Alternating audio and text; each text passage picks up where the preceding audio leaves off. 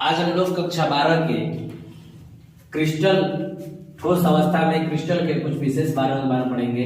जैसे क्रिस्टल का निर्माण जो होता है वो अलग अलग चीजों से होता है। जो उसका सबसे निचली भाग होता है जिसका समतलीय सतह होता है इसे हम लोग फलक कहते हैं। फलक या पृष्ठ कहते हैं, फेजेस। क्रिस्टल के समतलीय सतह को पृष्ठ कहा जाता है। और किसी क्रिस्टल के दो पृष्ठ, जैसे क्रिस्टल में ऐसे क्रिस्टल की संरचना हो या फिर ऐसे हो, इन क्रिस्टल की संरचना में दो फलकों के बीच जो कोण होता है उसे अंतःपृष्ठीय कोण कहते हैं। उसे क्या कहते हैं हम लोग? अंतःपृष्ठीय कोण। और उसके साथ साथ बिंदुओं का वैसा समूह, बिंदुओं का वह रूप जो क्रिस्टल के कणों की व्यवस्था को प्रदर्शित करता है। जैसे ये पूरा इसका स्ट्रक्चर है एक क्रिस्टल का, जो कि यदि हम इसे डॉट लाइन से बिंदुओं के द्वारा दर्शाते हैं तो इस प्रकार बने स्ट्रक्चर को आकाशीय जालक कहते हैं। क्या कहते हैं हम लोग? आकाशीय जालक कहते हैं, जिसे स्पेस लाइटिस। और जिन बिंदुओं द्वारा आकाशीय जालक की संरचना बनाई जाती है, जैसे ये बिंदु, ये बिंदु, ये बिंदु, ये सारे बिंदुओं को जालक बिंदु कहते हैं, जिसे कि लैटिस पॉइंट भी कहा जाता है। किसी भी आकाशीय जालक का फॉर्मेशन छोटे छोटे भागों से होता है, जैसे एक छोटा भाग। किसी भी आकाशीय जालक का निर्माण जो होता है छोटे छोटे भागों से होता है। इन छोटे भाग को इकाई सेल कहते हैं, यूनिट सेल। बिना यूनिट सेल के, इकाई सेल के किसी भी कण की, किसी भी क्रिस्टल की संरचना के बारे में हम लोग परिकल्पना नहीं कर सकते हैं। इकाई सेल जो होते हैं अलग अलग प्रकार के होते हैं। इकाई सेल जो होते हैं क्या होते हैं? अलग अलग प्रकार के होते हैं। उसके बारे में हम लोग देखेंगे। इकाई सेल 3 प्रकार के होते हैं। इकाई सेल 3 प्रकार के होते हैं। पहला होता है सरल इकाई सेल। सरल इकाई सेल में जो अणु, परमाणु या आयन होते हैं वो किसी भी इकाई सेल के 8 कोने पर पाए जाते हैं। ये हमारा इकाई सेल है जिसके 8 कोने पर अणु, परमाणु और आयन पाए जाते हैं। 1 2 3 4 5 6 7 और 8। जबकि दूसरा होता है हमारा पिंड केंद्रित सेल। दूसरा होता है पिंड केंद्रित सेल।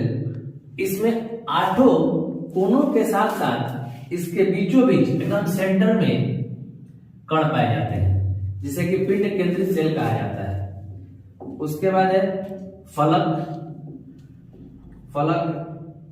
केंद्रित सेल। फलक केंद्रित सेल, इसमें 8 कोने, बीच सेंटर और सभी फलकों पर, जो 6 फलक है हमारे, सभी फलकों पर कण पाए जाते हैं। ठीक है, मतलब सरल इकाई से जिसके सिर्फ 8 कोने पर हो, पिंड केंद्रित 8 कोने और बीच के सेंटर पर हो, फलक केंद्रित 8 कोण, 6 फलक और बीच के सेंटर पे हो, इन सभी को मिलाकर ये जो होते हैं 3 प्रकार के इकाई सेल पाए जाते हैं। इकाई सेल के निरूपण के लिए इसमें 3 डायमेंशनल X, Y और Z 3 अक्ष होते हैं। X और Y के बीच बने कोण को अल्फा बोलते हैं। Y और Z के बीच बने कोण को बीटा, X और Z के बीच बने कोण को गामा कहते हैं। किसी भी इकाई सेल के निरूपण करने के लिए, उसको दर्शाने के लिए 3 अक्ष और उनके बीच के 3 कोणों का होना आवश्यक होता है। इसी प्रकार जो रवेदार क्रिस्टल होते हैं, जो पदार्थ होते हैं, इनके संरचना के आधार पर 7 भागों में इनको विभाजित किया गया है, जो कि 7 भाग कुछ इस प्रकार से होते हैं। हम लोग बात करते हैं क्रिस्टल तंत्र के बारे में। जो क्रिस्टल होते हैं उनको इकाई सेल के आधार पर 7 वर्गों में बांटा गया है। पहला होता है घनाकार क्रिस्टल सेल, क्यूबिकल। इसका जो गुण होता है, इसको तीनों भुजाएं, मतलब A, B और C, लंबाई, चौड़ाई और ऊंचाई तीनों क्या होते हैं, बराबर होते हैं, जबकि तीनों अक्षों के बीच बनने वाले कोण अल्फा, बीटा और गामा तीनों 90 डिग्री का मान होता है। ऐसे क्रिस्टल तंत्र potassium chloride, zinc sulphate, copper, sodium chloride in सभी पाया जाता है। Potassium chloride, zinc sulphate, copper और साल्ट NaCl इन सभी पाया जाता है। दूसरा हमारा होता है चतुष्कोणीय क्रिस्टल तंत्र टेट्रागोनल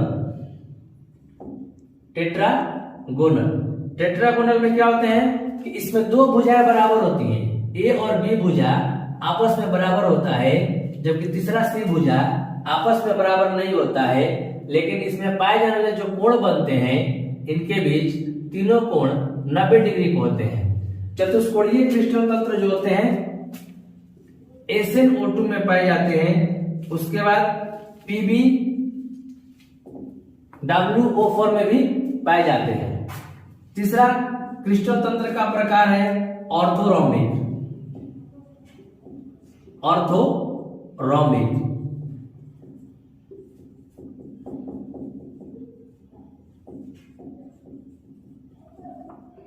ऑर्थोरोम्बिक में इसमें तीनों जो भुजाएं होती हैं कोई आपस में बराबर नहीं होता है। पहली भुजा, दूसरी भुजा, तीसरी भुजा, तीनों भुजा आपस में अनइक्वल होते हैं, जबकि इनके बीच बनने वाला जो कोण होता है वो तीनों कोण 90 डिग्री का होता है। ये जो होता है कैल्शियम कार्बोनेट और रोम्बिक गंधक में पाया जाता है।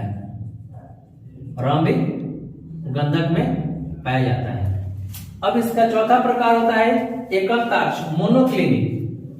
चौथा प्रकार है हमारा एकंताक्ष मोनोक्लिनिक।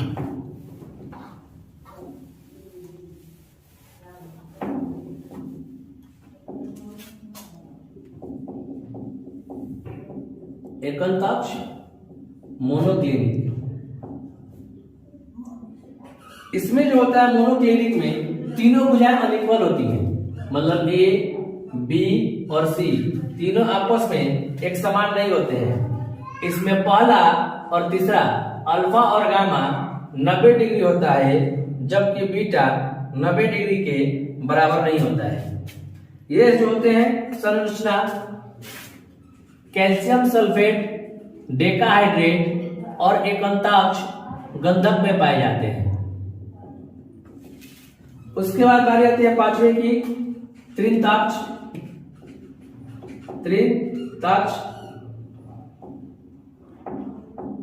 ट्राइक्लिनिक की। इसमें जो होता है तीनों भुजा अनइक्वल होते हैं, तीनों भुजा आपस में बराबर नहीं होते हैं। उसके साथ ही साथ कोई कोण न अल्फा, न बीटा और न ही गामा, कोई कोण 90 डिग्री का नहीं होता है।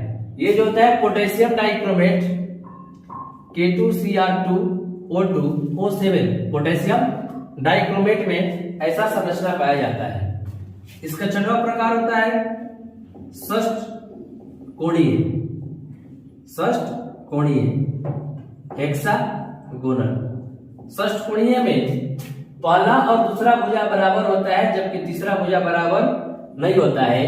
इसमें दो कोण अल्फा और बीटा 90 डिग्री होते हैं, जबकि गामा 120 डिग्री का होता है। यह संरचना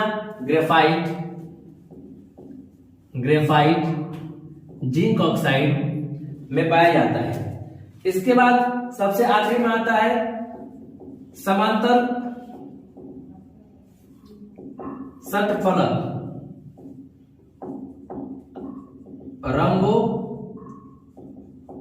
रंगोहेड्रल।